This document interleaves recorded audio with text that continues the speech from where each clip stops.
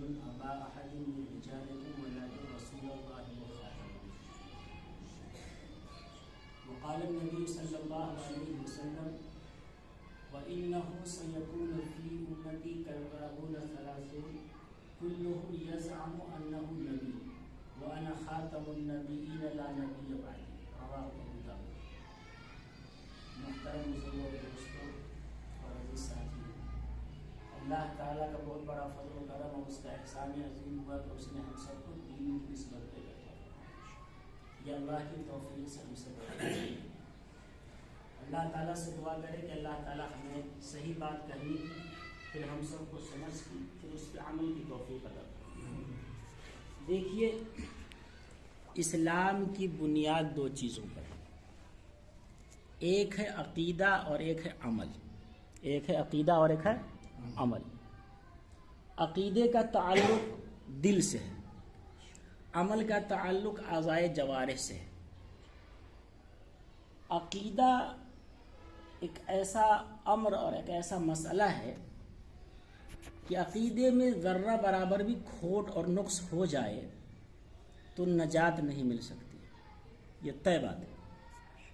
عمل کا مسئلہ یہ ہے، عمل میں کمی کوتاہی اگر ہوگی تو وہ کوتاہی کس درجے کی ہے، اللہ تعالیٰ اس کو معاف بھی کر سکتا ہے اور سزا بھی دے سکتا ہے، یہ اس کی مرضی کی بات ہے.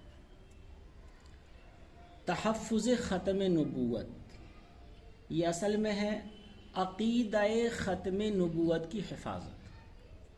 اور ختم نبوت کا عقیدہ اصل میں دین کی بنیاد ہی اسی پر ہے.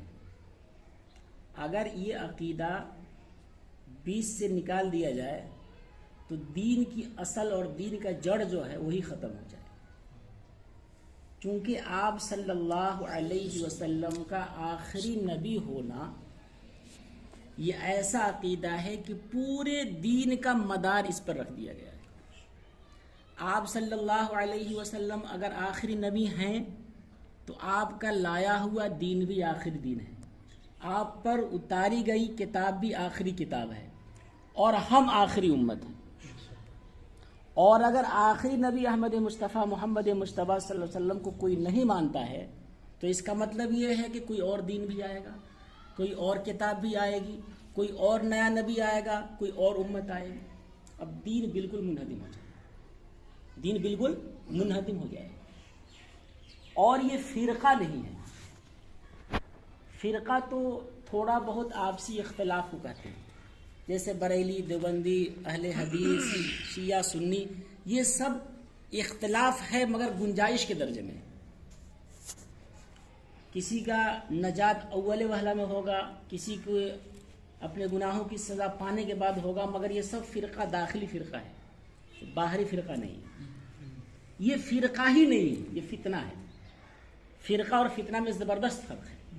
جیسے زمین اور آسمان کے بیچ میں فرق ہے، ویسے ہی فتنہ اور فرقہ میں فرق ہے. فرقہ کا مطلب ہوتا ہے کہ نظریات میں فرق آ گیا، کہ کوئی اس راستے سے جا رہا ہے، کوئی اس راستے سے جا رہا ہے، کوئی راستہ لمبا ہے مگر پہنچے گا وہی اسی جگہ پر، کوئی راستہ شارٹ کٹ ہے جلدی پہنچ جائے گا. لیکن فتنہ کا مطلب یہ ہے کہ اس کا راستہ ہی بدل گیا. ہم کو جانا ہے کاٹھمانڈو اور ہم راستہ پکڑ لیے گور کا، دلی کا، یہ ہے فتنہ. تو جناب نبی کریم صلی اللہ علیہ وسلم کے زمانے ہی میں آپ بھی باحیات تھے. اسی وقت مسیلمہ کذاب یمامہ کے اندر نبوت کا دعویٰ کیا تھا، اور اسود عنسی بھی دعویٰ کیا تھا، طلیحہ اسدی بھی دعویٰ کیا تھا، سجاہ نامی ایک عورت تھی وہ بھی دعویٰ کر دی تھی نبوت کا. جناب رسول اللہ صلی اللہ علیہ وسلم نے حضرت اسامہ کے لشکر کو تیار فرمایا کہ تم جاؤ اور یہ سارے فتنوں کی سرکوبی کرو. لیکن جیسے یہ حضرت اسامہ کا لشکر مدینہ سے کچھ دور کے فاصلے پر گیا تو ان کو معلوم ہوا کہ آپ صلی اللہ علیہ وسلم جو ہے علیل ہیں، بیمار ہیں، اور آپ کی طبیعت ناساز ہے. تو وہ لشکر وہیں پڑاؤ ڈالے رہا، نہ مدینہ کے اندر آتا تھا چونکہ اللہ کے رسول کا حکم تھا نکل جاؤ، اور نہ وہ جا سکتا تھا اس لیے کہ صحابہ کو محبت تھی، اللہ کے رسول دنیا سے پردہ فرما گئے تو آخری زیارت نصیب نہیں ہوگی.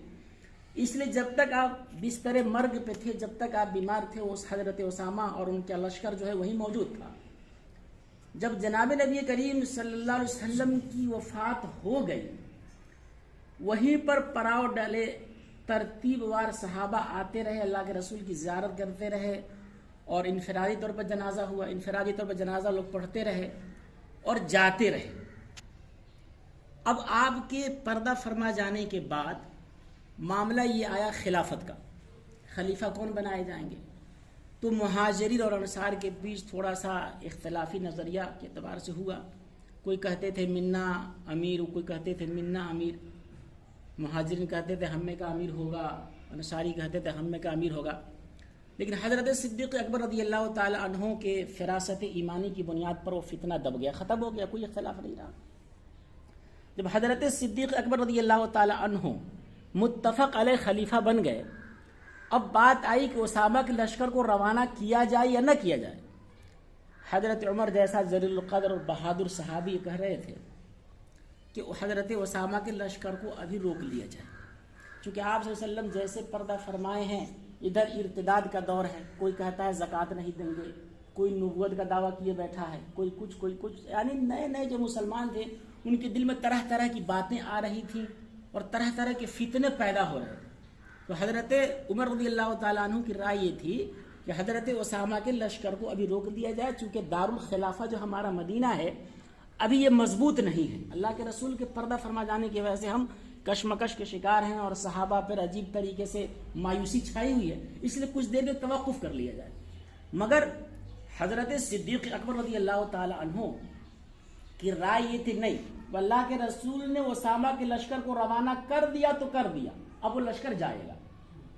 جب حضرت عمر زیادہ اصرار کرنے لگے تو حضرت صدیق اکبر نے بڑی ڈانٹ پلائی اور کہا انت جبار فی الجاہلیہ و خوار فی الاسلام، اے عمر تو زمانے جاہلیت میں بڑا بہادر اور شجاع بنتا تھا اور اسلام کے اندر تو بزدل ہو گیا۔ صدیق اکبر عمر جیسے انسان جو اشدہم فی امر اللہ عمر تھے ان کو ڈانٹ پلا رہے۔ اب حضرت عمر سہم گئے۔ صدیق اکبر نے مزید بڑھ کے کہا اَيُنْقَصُ فِي الدِّينِ وَأَنَا حَيٌّ، کیا میرے جیتے جی دین کے اندر نقص ہوگا، کمی ہوگی اور میں زندہ رہوں گا؟ یہ ہو نہیں سکتا۔ پھر آگے بڑھ کر کہا کہ اگر خونخوار بھیڑیا میرے جسم کے بوٹی بوٹی بھی کر دے نوچ کر کے، تب بھی اسامہ کا لشکر جائے گا اور میں تنہا مدینہ میں رہوں گا۔ حضرت صدیق اکبر کی جب یہ شجاعت اور بہادر حضرت عمر نے دیکھا، اب وہ سکوت اختیار کر لیا، حضرت اسامہ کے لشکر کو روانہ کر دیا۔ وہ حضرت اسامہ کا لشکر گیا ہے تو یمامہ کا مسیلمہ کذاب بھی مارا گیا اور جتنے فتنے تھے سب دب گئے۔ جب مورخین جو ہے شہداء کی تعداد کو شمار کرتے ہیں تو جناب رسول اللہ صلی اللہ علیہ وسلم کی 23 سالہ دور نبوت کے اندر صرف 259 صحابی، چھوٹے بڑے مرد عورت سب ملا کر صرف 259 صحابی جو ہے شہید ہوئے ہیں، اور جنگ یمامہ کے اندر ختم نبوت کی حفاظت کے لیے جو صحابہ شہید ہوئے تقریباً 1200 کتنے ہیں؟ اب اندازہ لگائیے کہ توحید پر کتنے صحابہ شہید ہوئے؟ 259 پوری زندگی میں دور رسالت میں، اور صرف عقیدہ ختم نبوت کی حفاظت کے لیے کتنے صحابہ شہید ہوئے؟ 1200، اور وہ بھی 300 اس میں حفاظ تھے، صرف قرہ تھے جو جن پر اللہ کے رسول کو فخر تھا کہ میرے صحابہ قاری ہیں۔ یعنی قاری تو سب وہاں تھے، مگر ہر چیز میں کسی نہ کسی کی خصوصیت ہوتی ہے، جیسے اللہ کے رسول نے فرمایا اقرؤہم ابی بن کعب، کہ ان میں سب سے زیادہ ابی بن کعب جو ہے بہتر قرآن پڑھنے والے، تو اور بدری صحابہ لوگ جو خلاصہ صحابہ کے تھے وہ لوگ شہید ہو گئے۔ تو بہرحال ختم نبوت کی حفاظت اس وقت جو کی گئی اس بنیاد پہ کی گئی کہ یہ اگر روڑا رہ گیا تو یہ بہت بڑا نقصان دے گا، اور اللہ کے رسول نے فرما دیا تھا، سارے صحابہ کو یہ حدیث معلوم تھی، قرآن کی آیت میں نے پڑھی ابھی، اس کے اندر فرمایا گیا کہ اللہ کے رسول آخری نبی ہیں، بلکہ 100 آیتیں، مجھ جیسا حقیر فقیر انسان اگر قرآن آیت میں غور کرتا ہے تو اس کو 100 آیتیں ایسی ملتی ہیں کہ جس کے اندر ختم نبوت کو واضح کیا گیا ہے، صراحتاً اشارتاً دلالتاً، اور تقریباً 200 احادیث ایسی ہیں جو تواتر کے ساتھ یا شہرت کے درجے میں ہے، جس کے اندر یہ بتایا گیا کہ اللہ کے رسول آخری نبی ہیں۔ اور یہ پورے علماء مفتیان کرام دیوبندی ہوں بریلی ہوں شیعہ اور سنی سب کا متفقہ عقیدہ ہے اس بات پر کہ آپ کا آخری نبی ہونا ایک ایسا عقیدہ ہے کہ اس عقیدے میں کوئی سودا نہیں ہو سکتا۔ امام ابو حنیفہ رحمۃ اللہ علیہ کے زمانے میں ایک شخص نے دعویٰ کیا نبوت کا اور اس نے یہ کہا کہ تھوڑا سا مجھ کو وقت دیجئے کہ میں اپنے نبوت پہ دلیل پیش کروں۔ تو امام ابو حنیفہ رحمۃ اللہ علیہ نے فرمایا جو اس سے دلیل مانگ لے گا وہ بھی کافر ہو جائے گا، اس لیے کہ اس میں سمجھوتا نہیں ہے۔ سمجھوتا تو اس بات میں ہوگا جس میں شک ہو کہ بھائی دلیل دو، شک ہی نہیں، دلیل کی کیا مطلب ہے؟ تو آخری نبی ہونا آپ کا متفق علیہ عقیدہ ہے، اس میں کسی کا اختلاف ہے ہی نہیں، اس لیے اس عقیدے پہ کوئی سمجھوتا ہو ہی نہیں سکتا ہے، اور وہ متفقہ طور پر کافر ہے، مرتد ہے، زندیق ہے۔ زندیق اس آدمی کو کہتے ہیں جو کفر بھی کرے اور کفر پہ دلیل بھی دے۔ یہ کفر بھی کر رہا ہے، اسلام کا لبادہ اور اسلام کا اوڑھنا بچھونا بنا کر کے یہ اندر سے کفر اور زندقہ کا کام بھی کرتا ہے اور اپنے آپ کو مسلمان بھی کہتا ہے۔ تو یہ منافقت ہے۔ کیا ہے؟ یہ منافقت ہے، اور منافق کو برداشت نہیں کیا جا سکتا ہے۔ بہت سے لوگ اپنے بھی اور دوسرے بھی جو نہیں سمجھ پاتے اس بات کو کہتے ہیں، اس کی تھوڑی سی میں وضاحت کر دوں کہ دنیا کے اندر سکھ بھی ہیں، عیسائی بھی ہیں، مجوسی بھی ہیں، کافر بھی رہتے ہیں، مشرک بھی رہتے ہیں، بہت سے لوگ رہ رہے ہیں، تو آپ قادیانی کے پیچھے کیوں پڑ رہے ہیں؟ پوچھتے ہیں۔ یہ لوگ بھی تو اپنا کام کر رہے ہیں، اپنے دھرم کی آزادی اپنے دیش کے اندر سب لوگ آزادی طور پر منا رہے ہیں، تو آپ ان کے پیچھے کیوں پڑتے ہیں؟ ان کو بھی اپنا دھرم منانے دیجیے۔ ہم کہنا یہ چاہتے ہیں، ہندو بھائی اپنے آپ کو ہندو کہتا ہے نا، دھرم کی آزادی ان کے ساتھ، اپنا مندر بنا ہوا پوجا کر رہا ہے، ہم کو کیا اس سے ٹینشن ہے؟ کوئی ٹینشن نہیں۔ عیسائی جو ہے جس کو ہم کرسچن کہتے ہیں، وہ بھی اپنا بنایا ہوا عبادت خانہ گرجا گھر بنایا ہوا، اپنے آپ کو عیسائی کہہ رہا ہے۔ ہم کو اس سے کوئی بیر نہیں ہے، کوئی عداوت نہیں ہے۔ ہمارے پڑوس کے اندر ایک بھائی کا گھر ہے، بغل میں ہمارا گھر ہے، اس کا اوریانی اور اس کے اوریانی کا پانی ہمارے زمین پہ چوتا ہے، ٹپکتا ہے، کوئی دقت ہم کو نہیں ہو رہی ہے۔ کیوں نہیں ہو رہی ہے؟ اس لیے وہ اپنا دھرم کر رہا ہے، ہم اپنا دھرم کر رہے ہیں، ہم اپنا کرم کرو، اپنا کرم، کوئی ٹینشن ہم کو نہیں۔ اس لیے ٹینشن ہے کہ اس کی مثال ایسی ہے جیسے مثال کے طور پر کوئی آدمی کھسی کا چمڑا یہاں بچھا دے اور اس پہ بیچے سور کا گوشت، تو کھسی کا چمڑا دے کے لوگ کیا سمجھیں گے؟ کھسی کا گوشت ہے، اور بیچ رہا ہے وہ سور کا گوشت، تو ظاہر دھوکہ ہے نا، دھوکہ ہے کہ نہیں؟ جب دھوکہ دے رہا ہے، بعین اس کی مثال یہ ہے کہ قادیانی اسلام کا لبادہ اوڑھ کر کفر والا کام کر رہا ہے۔ اس سے ہم کہتے ہیں کہ تم کہو نا کہ اپنے شوق سے میں قادیانی ہوں، مجھ کو تم سے کوئی الرجی نہیں، قادیانی کہو تم اپنے آپ کو، لیکن تم قادیانی نہیں کہتے ہو، اپنے آپ کو مسلمان کہتے ہو۔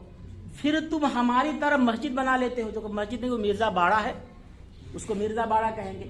پھر ہماری طرح تم داڑھی بڑھا کر کے تو ہے تعلیم دیتے ہو، اور تم جبکہ تم معلم نہیں کہہ سکتے اپنے آپ کو، تم لوگ پنڈت ہو، اس لیے کہ تم اسلام کا شعار نہیں بنا سکتے۔ ہماری مسجد مت بناؤ، ہمارے طرح مدرسہ مت بناؤ، ہمارے طرح مکتب مت بناؤ، تم قادیانی بنو، شوق سے بنو، ہم کو تم کو اس کو یہ لفظ نہیں، تم مسلمان مت کہو۔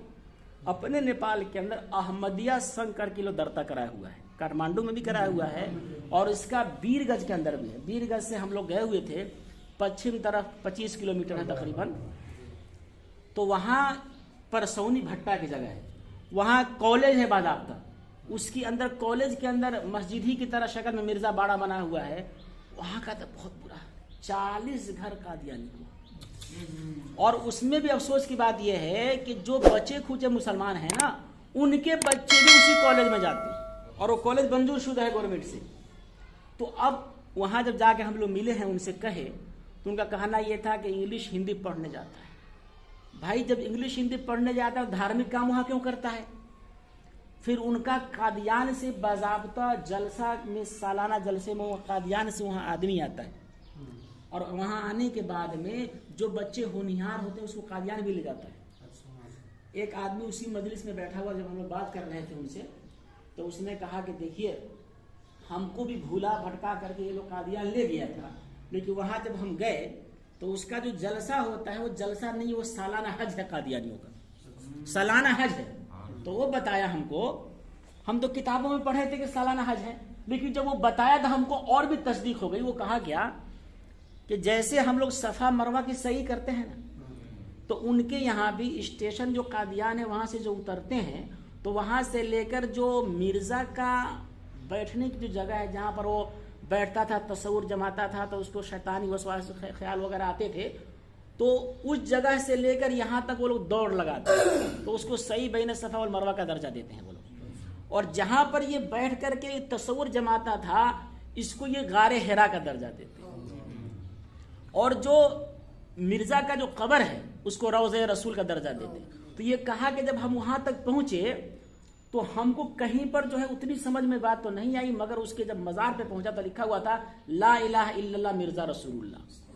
تو اب اس کے بعد وہ کہتا ہے آدمی کہ میرا دماغ خراب، چونک گیا بالکل، میں دماغ میرا خراب ہو گیا کہ یہ تو کہتا تھا کہ ہم میں ان میں کوئی فرق نہیں آتا، تو لکھا ہوا مرزا رسول اللہ، مطلب یہ کہ اس کا الگ دھرم ہے. تو وہیں سے میں چینج ہو گیا اور آ کے توبہ کر لی. تو وہ تو کہتا ہے کہ میں آپ کی طرح ہوں. اس کا سب سے بنیادی کا ہے مقصد اس کا، جہاں پر لوگ ان پڑھ قسم کے ہوتے ہیں یا غریب طبقہ ہوتے ہیں وہاں یہ لوگ جاتے ہیں تو اپنے آپ کو یہی کہتے ہیں کہ بھائی آپ لوگوں کو ضرورت کیا ہے، دیکھ رہا ہوں آپ کو 5 6 10 گھر آپ لوگ ہیں، آپ کے یہاں نہ پڑھنے کی جگہ ہے نہ عبادت کی جگہ ہے، کہیے تو میں زمین خرید دوں. زمین خرید دیتا ہے. کہیے تو میں آپ کے لیے مسجد بنا دوں، مسجد بنا دیتا ہے. پھر کہتا ہے کہ آپ لوگ تو استاد نہیں رکھ سکیں گے، کہیے تو میں رکھ دیتا ہوں، استاد بھی لا کے رکھ دیتا ہے. اب آدمی سوچتا ہے کون چیز، یہ تو میرا سہیوگ کر رہا ہے.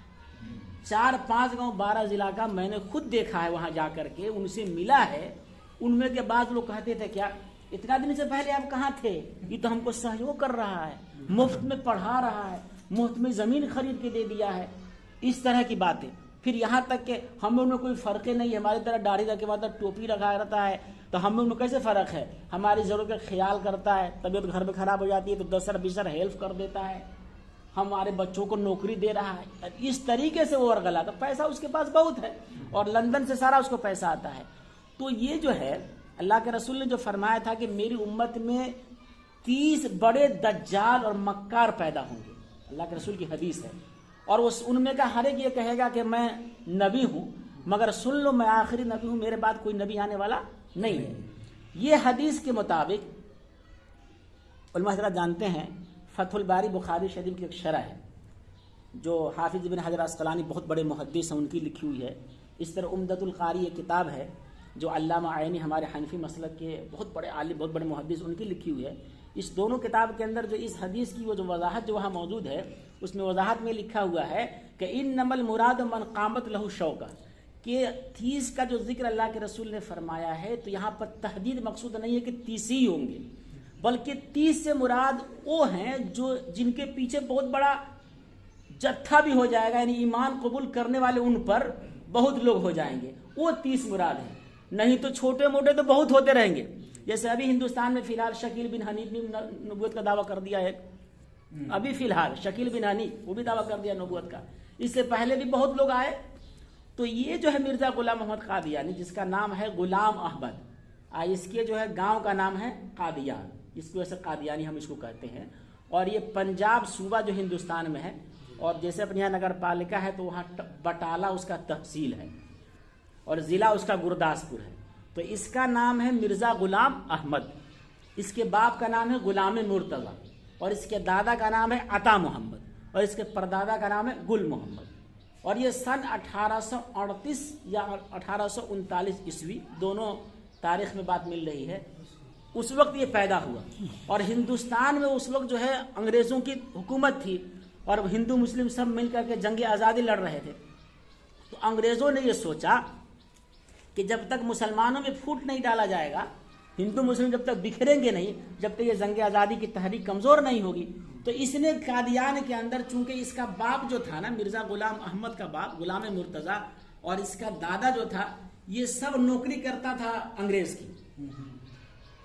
تو لدھیانہ وغیرہ یہ سب جو ہے ان کا جو یہ تھا، وہ شروع سے یہ جو ہے نوکری کرتا تھا.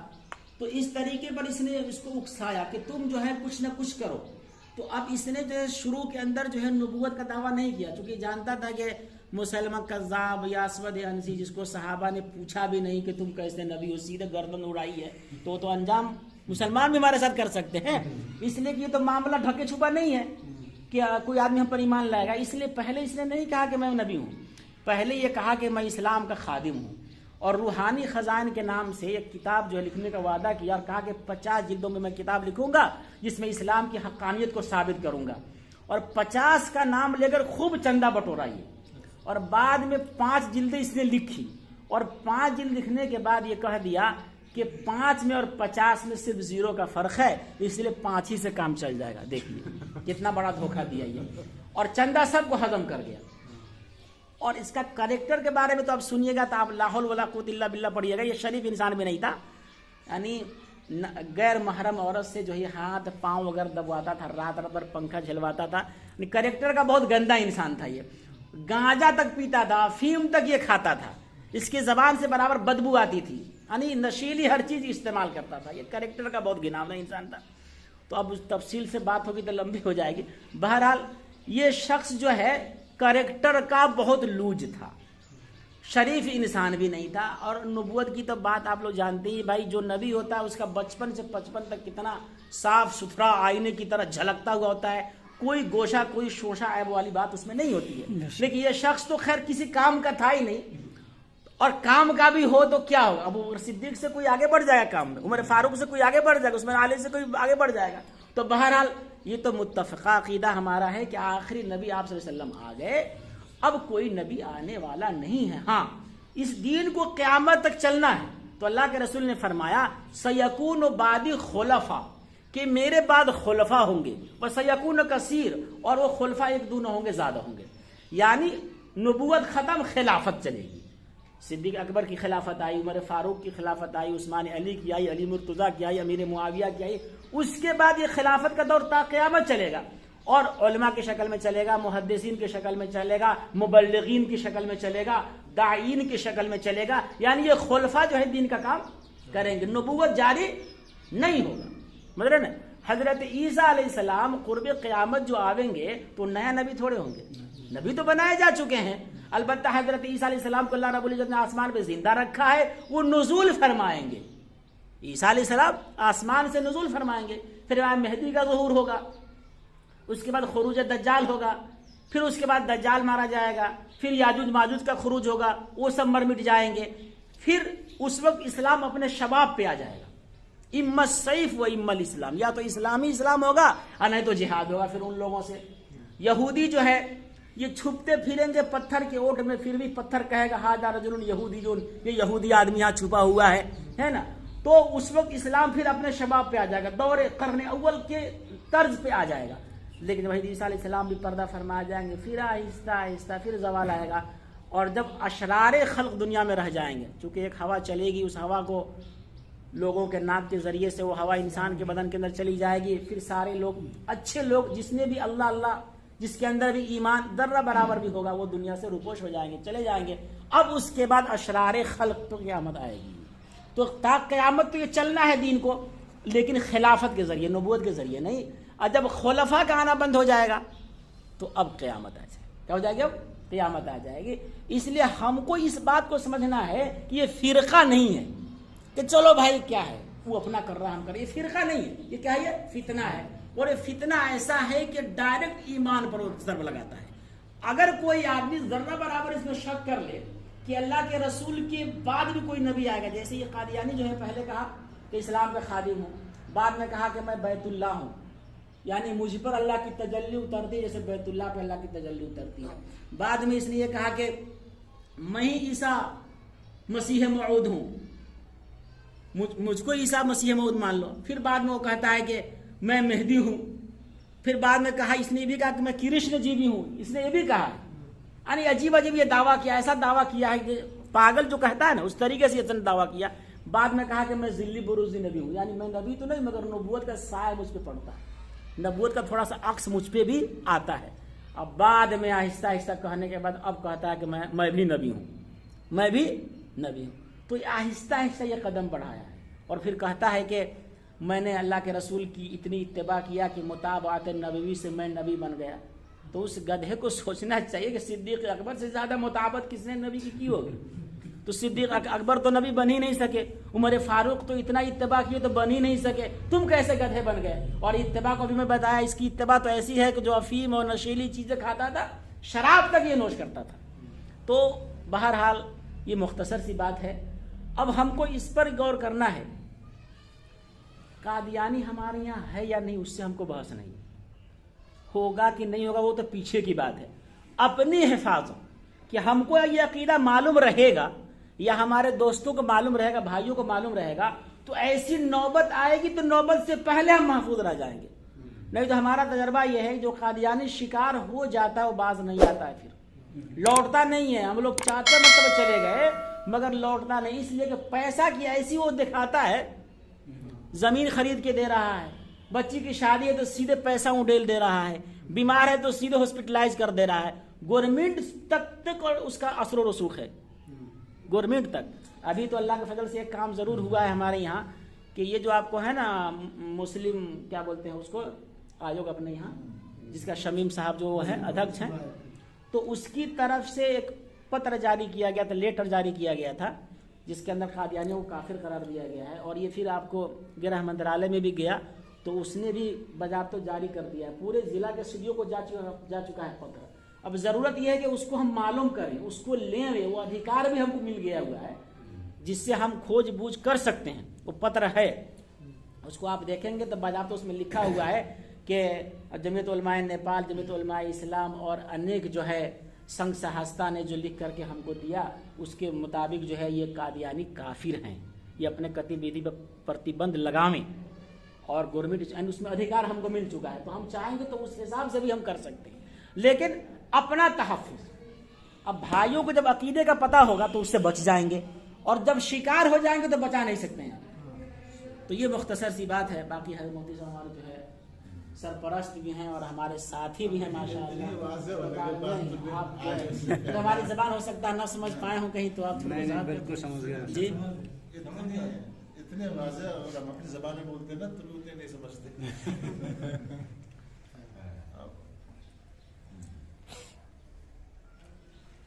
اب وہ کب آئیں گے اگر ہم یہاں پروگرام رکھیں گے؟ جی تو اس کے لیے ہے ہمارے احباب جو یہاں ساتھی بیٹھے ہوئے ہیں، جیسے ٹھنڈی تو مالی جنوری تک رہتی ہے اپنے یہاں نا، بس کی ٹھنڈی رہتی ہے. تو ادھر سے حضرت کی بات یہی تھی کہ نومبر میں ہو جائے، تو نومبر تک نکل گیا، تو اب ادھر سے بات آئے گی کہ ٹھنڈی ختم ہو جائے. تو ہمارے سمجھ سے اگر ساتھی تیار ہوں تو 2-3 مہینہ جو غور فکر کا بھی موقع ہے تو فروری میں ان سے تاریخ لی جائے تاکہ ٹھنڈی جو ہے نکل جائے گی. تو ابھی سے جو ہے، چونکہ اصل چیز کیا ہے کہ اپنے لوگوں کو پرچار ہو جائے شریک ہونے کے لیے. لوگ جتنا معلومات ہوگا تو اگل بغل سے لوگ آ جائیں گے زیادہ سے زیادہ، اور بلانے کے لیے کہ حضرت کو کہا جائے گا تو حضرت تو پیاسے ہیں، جہاں جہاں بلایا جائے گا ان کے آنے میں. اور اس کو ایسے وقت میں رکھا جائے جس وقت سارے لوگ فرصت میں. خیر کاروباری حضرات لوگ اپنے حساب سے سمجھتے ہوں گے تو موسم کا بھی لحاظ ہو جائے، اس کا بھی لحاظ ہو جائے، اور جیسے مشورہ ہو جائے تو اس کے حساب سے ہم بتا دیں گے ادھر سے. اور ایک اور چیز ہے کہ ہم لوگ جو ہے کہ آن لائن کمپٹیشن اس میں کراتے ہیں. تو ہمارے حضرت کا یہ ہوا ہے کہ اسلامی عقائد جس پر مولانا نے پوری وضاحت کے طور پر جو ہے بیان کیا ہے، تو اس پر جو ہے کہ مولانا شاہ عالم صاحب کی جو ہے نا اسلامی عقائد پتلی سی کتاب ہے، اس میں سوال و جواب، اس میں سارے چیزوں کو نچوڑ کر انہوں نے رکھ دیا ہے. تو ہم لوگ جو ہے کہ مسجدوں میں اس کو مقتدی کے سامنے میں جو ہے کہ ایک سوال روزانہ ایک سوال جو ہے نا مقتدیوں کو بتلاتا ہے. اس کے حساب اس کے بعد میں کیا ہے کہ اس کو تعلیمی نصاب میں بھی ہم نے اس کو رکھ دیا ہے، اور بچے کو جو ہے نا 3-4 سوال روزانہ اس کے طور پر جتنا بچہ سک پائے اس کو یاد کرایا جاتا ہے. تو اس حساب سے کیا ہوگا کہ اس میں ہم لوگ آن لائن کمپٹیشن کرا دیتے ہیں تو بچے اس میں حصہ لے لیتے ہیں. اس میں جو ہے نا بچے کی حوصلہ افزائی کے لیے جو ہے کچھ انعام کے طور پر جو ہے کہ اس میں دے دیا جاتا ہے تاکہ بچے اس کا حوصلہ ہی بڑھے اور آئندہ پھر جو ہے نا اس کے اندر مضبوطی ہے. تو اس حساب سے جو ہے کہ ہم لوگ کام کر رہے ہیں. اور دوسری یہ ہے کہ ہمارے شیخ سید نورزمان صاحب نقشبندی شاذلی رحمۃ اللہ علیہ، تو کیا ہے کہ ہمیں اور آپ کو جو کسی بھی آدمی کامیابی تک پہنچتا ہے جب ان کا کوئی شیخ ہوتا ہے.